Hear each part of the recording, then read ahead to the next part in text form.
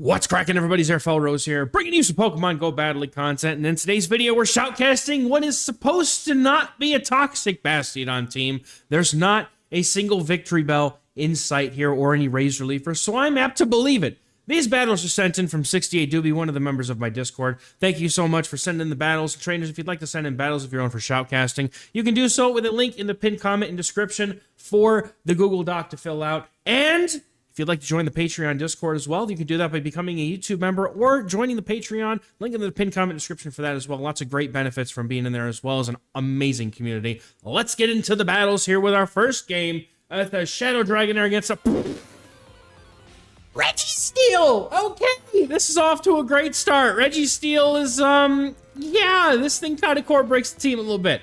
But the Dragon Breaths from Dragonair, Shadow Dragonair, mind you, do add up very nicely onto the Registeel. And of course, there's there's always a Zap Cannon debuff. It's 66% supposedly, but I'm pretty sure it's more like 95. Anyway, we're throwing Aqua Tails in this matchup because the body slams are resisted, and that makes a lot of sense to me. Shadow Dragonair, even in resisted matchups, can do very well in multi-shield scenarios. We could easily shield one more time and probably take out the Registeel here. And it looks like that's what the trainer is going to try to do. Now, the opponent comes in with a Mantine, and they're going to have a bad time. Now, because we're double debuffed, I would have liked to see a swap into the Bastiodon much quicker and save that energy for later. Only because that Body Slam barely does anything at this point. It's better to not get the Mantine ahead. And honestly, the Smackdowns probably would have done about as much as that Body Slam did before the opponent's Mantine was able to throw that Water Pulse. So, another Water Pulse coming through, does some decent damage here, but of course, Bastiodon, being the wall that it is going to be able to farm down. Now, the opponent is going to go with an Aerial Ace for the road here, not doing anything, and in comes the Registeel, and the opponent is going to have to put up a shield in order to survive this Flamethrower. They decide to just soak the energy, put it all in the back of their Goodra, and now they're going to have to shield the Stone Edge. Now, this is a little dangerous because Shadow Dragonair doesn't have any shields, but it is probably the best response here. And look at us swap it, and they're able to get to the Body Slam in time. That's going to force the second shield, and Whiscash in the back. By the way, it's running Blizzard. If I don't see a single Blizzard land during this whole shoutcast, I'm going to be livid. In comes the Whiscash. If the opponent's running Power Whip, it's over. It is so over. It's more than over, but they're not. They're running Aqua Tail, Thunder Punch, and that means this Mud Bomb is going to be enough to knock out the Goodra. The opponent just has to get off a couple of Aqua Tails for their troubles here, but Mud Bomb is going to get lifted off, but Mud Bomb doesn't really lift off, does it? Sent off, and Mud Bomb is going to take out the Goodra. Good game. I also realized my button's not handy, so if we see any blizzards landing, we're kabooming anyway from the mouth, not the button. We get a Goodra lead in the next game, probably going to be running that Thunder Punch. Looks like Doobie's going for the farm down here. In these mirrors, typically the dragons will either throw immediately like this Goodra did, or they'll try to sneak through a Dragon Breath, but unfortunately going down is not going to be very good in either situation. Not only do we give up a shield, but unfortunately realized too late that Goodra was going to knock out. But apparently the opponent didn't care. They're completely weak to Basti in the back. Okay, then into the next game we go. We got Credilli in the lead in this next game. Some saucy spice here as Credilli's going to go for 4 Bullet Seeds and then dip into the Poliwrath that's in the back, trying to probably catch... Maybe they're trying to catch an Aqua Tail. Either way, they're catching energy, and now Whiscash is going to come in. We're preserving the Dragonair. Want to get the Whiscash out here because otherwise it's really just going to be Credilli food, and we don't want that. So Icy Wind is going to nerf the attack a bit of the Whiscash, going for the Mud Bomb here right before the opponent gets to their next move. Now, I would love to see a Blizzard land on this Credilli. Yes, I would. Please. Please, for the love of anything that is holy, give me what I'm asking for. Give me the Blizzard. I'm like an addict on the Golisopod. What are you doing here? What? I haven't seen Golisopod in the Great League in months. In open Great League, mind you. Okay, well, you know what? It's spicy. The opponent ran Credilli. That's some super saucy spice. I like it. Are they running back a Summer Cup team? What is it? Huh? I don't know. But anyway, no disrespect. The opponent's running spice, and I respect it. Aerial Ace on the Golisopod is going to take out the Whiscash here, and Bastiodon's going to come in, and once again, wall face doing wall face things. You know, I tried to play a Bastiodon team for a few sets a few days ago. And you know how many times I was able to lock my Bastiodon onto anything positive? A whole lot of 0. I wasn't able to get a single positive matchup from my wall face. I think I'm just cursed. Every time I touch Bastiodon, it just results in losses. It's really sad, to be honest. Here comes Golisopod, and I would have liked to see the trainer here I would have liked to see them throw one Dragon Breath and then the move, just to prevent the opponent from getting the full Shadow Claw in, but it's just a Shadow Claw, so it's not the worst thing in the world. It's not like letting an Incinerate through or something. But at this point, you just let it go, and it doesn't matter. Okay, we're shielding, doesn't matter. I was going to say we could just let it go and let Bastiodon go for that smackdown in the end game here, but that's going to be it for this game. Taking out the Golisopod with those Dragon Breaths, that's a good game. Rolling right into the next game, we got a Skarmory on the lead. This is not a good matchup for the Dragonair. You really can't swap out here. So what from what I understood, for those of you looking to maybe try this team yourselves, it plays a lot like the old Dragonair, Bastiodon, Medicham team of old, right? You've just got a very strong, cohesive core in the back, and you use Shadow Dragonair to just power through leads to RPS the back line.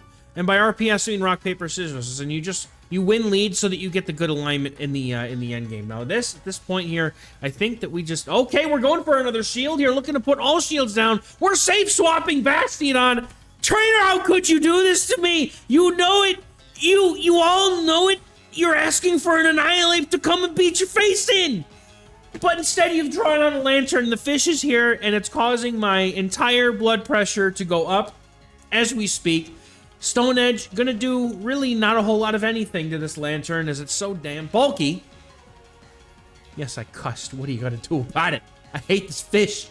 I hate it so. I hate it so.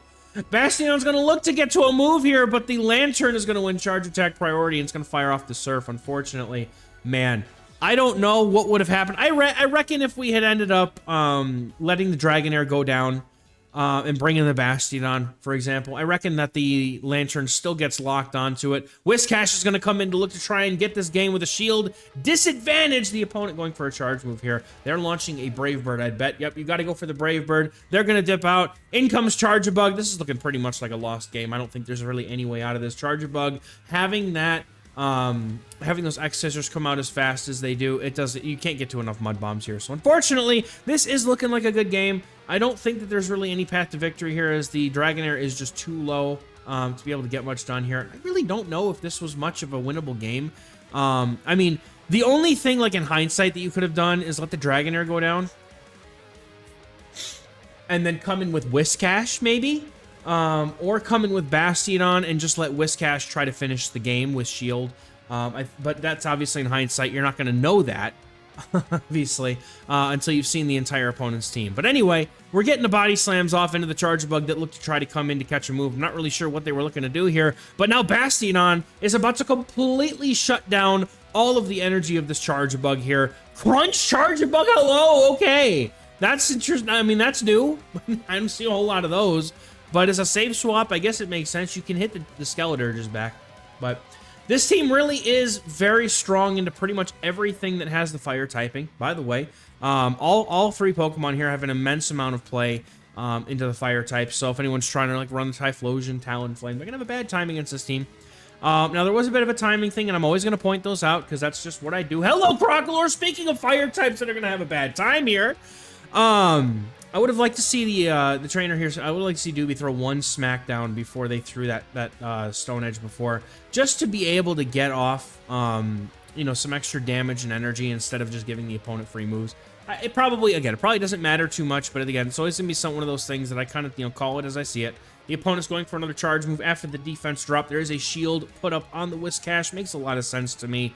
And Whiscash, now, going for 2 mud shots here would have been the play, because Incinerate takes 5 turns. The mud shots take 2, so you can cleanly fit 2 mud shots into this Incinerate and throw your charge move before the opponent can finish the Incinerate. And that's actually very important because by being able to do that, you're essentially leaving a whole fast move of energy and damage on the table. And oftentimes what I've seen what happens is that one move ends up coming to bite you later. So this is not the case, though, as the Aqua Tail is reached. Dragonair knocks out the Crocalor, and that's going to be a good game. Well played. We're getting into this next game here with Dragonair versus a non-Shadow Gligar on the opponent's side of the field here. And the nice thing here about the Dragonair matchup is it does have the Aqua Tail. The opponent goes just straight for the Aerial Ace. I don't know if shielding the non-Shadow Gligar Aerial Ace is the play because they do strictly outpace here.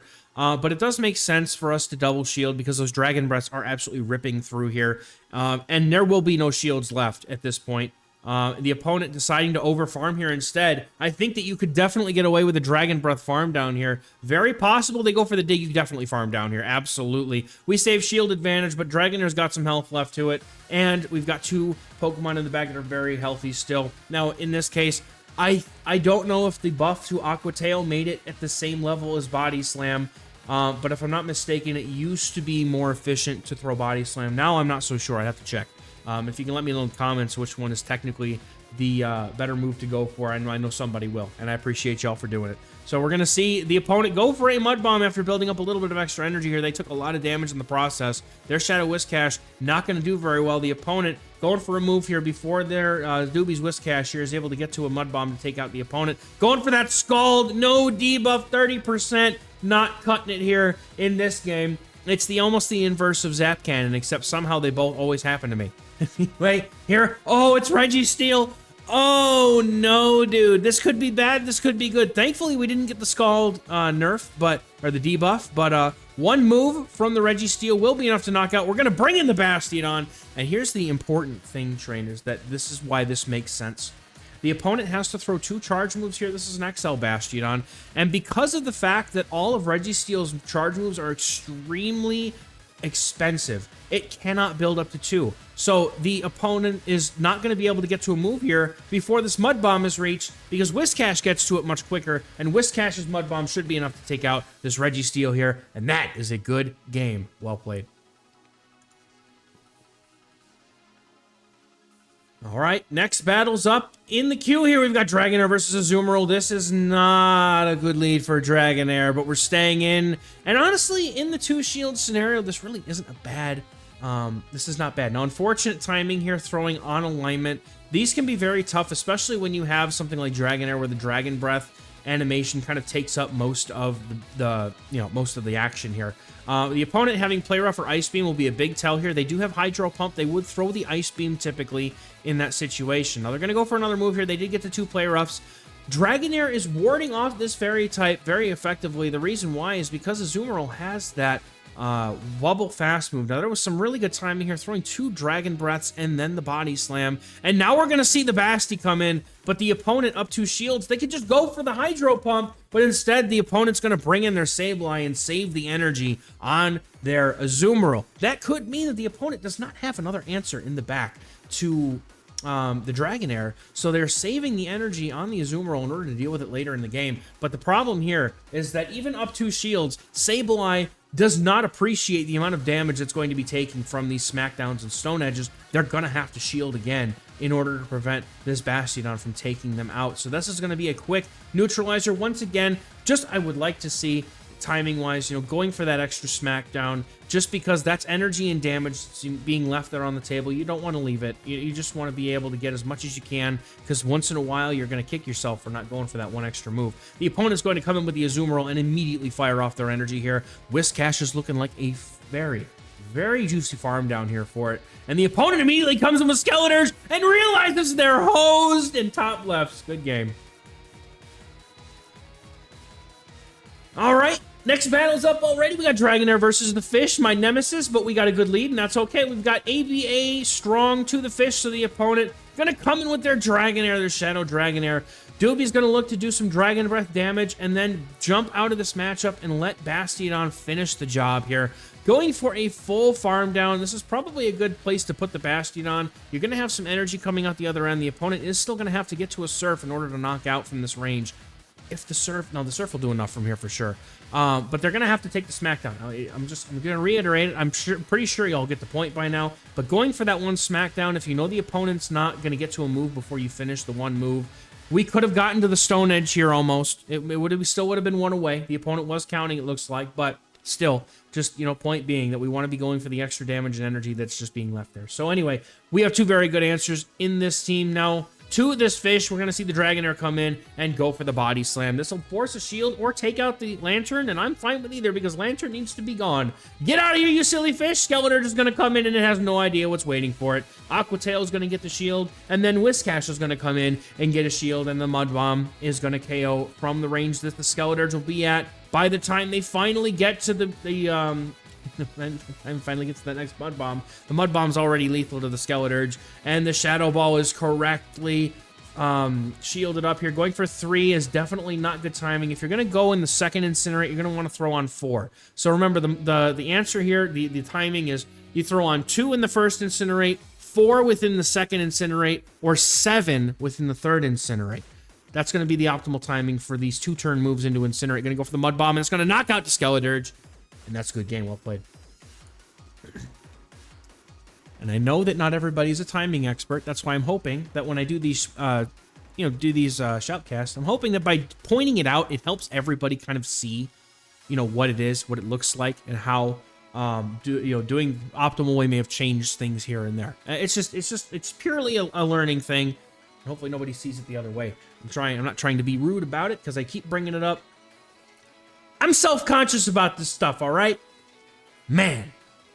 Anyway, Whiscash on the lead in this next game here. Looks like Dragonair is going to look to take switch here as it's going to Dragon Breath down after giving up 1 shield. And now we're going to see what the opponent has in the back. They have an Umbreon in the back, another very neutral Pokemon in this Great League meta that I've seen it come back a little bit.